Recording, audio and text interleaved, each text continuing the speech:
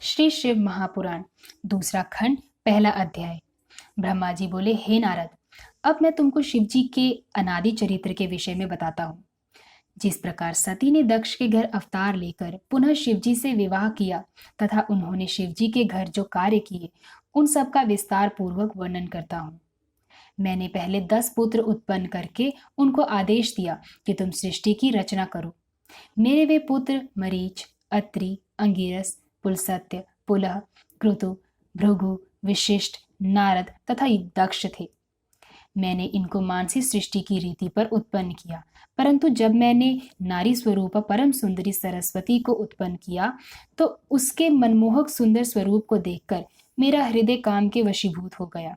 अस्तु, उसे देखकर मेरे हृदय में भी उसके साथ मैथुन करने की इच्छा उत्पन्न हुई, क्योंकि उस समय मेरे हृदय में कामदेव प्रवेश किए हुए थे। मुझे सरस्वती के साथ मैथुन करने के लिए उद्यत देखकर मेरे सभी पुत्र हाहाकार करने लगे और वे सब मुझे उस भारी पाप से बचाने के लिए भगवान सदाशिव की स्तुति करने लगे। उस समय शिव जी ने प्रकट होकर मुझे उस नरक देने वाले महाभयानक पाप से बचा लिया।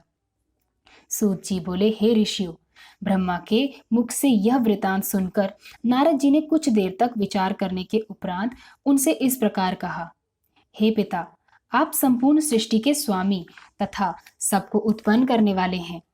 इस समय मेरा हृदय अत्यंत चिंतित है, अतः आप संपूर्ण संशय को नष्ट करने के लिए इस कथा को विस्तार पूर्वक कहिए।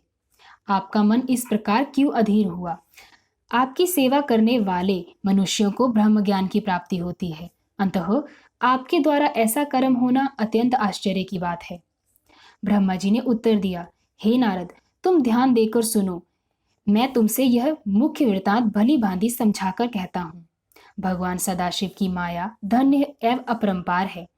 उन श्री शिव जी की माया ने मुझे जिस प्रकार नचाया वह कथा मैं तुमसे कहता हूँ।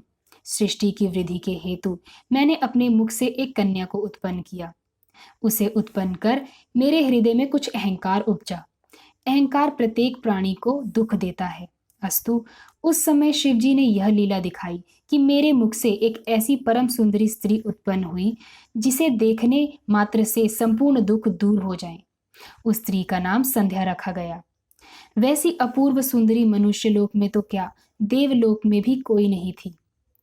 उसके नख से शिखा तक नवीन पूर्ण चंद्र के समान प्रभाशालीन, गजगामिनी तथा चंपक वर्ण कामिनी को देखकर मेरे हृदय में काम वासना जाग उठी और मैं उसके साथ रमण करने की इच्छा से अपने स्थान से उठकर खड़ा हो गया। परंतु दक्ष आदि ने उस समय मुझे ऐसा करने से रोक दिया। तदुपरांत वे सब दक्ष आदि मेरे पुत्र स्वयं उसको उसकी ओर आप भरी दृष्टि से देखने लगे। जिस समय मैं अपने मन में उस स्त्री के प्रति अनेक प्रकार के विचार कर रहा था, उसी समय अचानक ही एक अत्यंत सुंदर पुरुष भी वहीं उत्पन्न हो गया।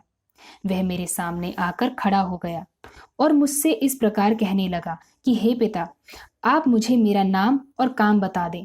आप मुझे जहाँ रहने की आज्ञा देंगे मैं वहीं रहूंगा। अस्तु, आप कृपा करके मेरी इस इच्छा को पूर्ण करें। हे नारद, उस पुरुष की बात सुनकर मुझे अत्यंत आश्चर्य हुआ। फिर कुछ देर विचार करने के बाद मैंने उससे कहा, हे पुत्र, मेरे उत्पन्न होते ही मेरा हृदय और शरीर सब अंग कांप उठे थे। अतः मैं तेरा नाम मनमथ रखता हूँ। इसके अतिरिक्त मनसिज, मदन आदि तेरे अनेक नाम होंगे। तू अपने इन 5 बाणों द्वारा तथा अपने सौंदर्य द्वारा सबको अपने वशीभूत कर लेगा। संपूर्ण सृष्टि का हृदय तेरे अधीन रहेगा। इस प्रकार मैंने अपने पुत्र को बहुत से अधिकार प्रदान किए। अपने कार्य को इस प्रकार संपन्न हुआ देखकर मेरे हृदय में प्रसन्नता भर गई तथा अत्यंत अहंकार भी उत्पन्न हुआ।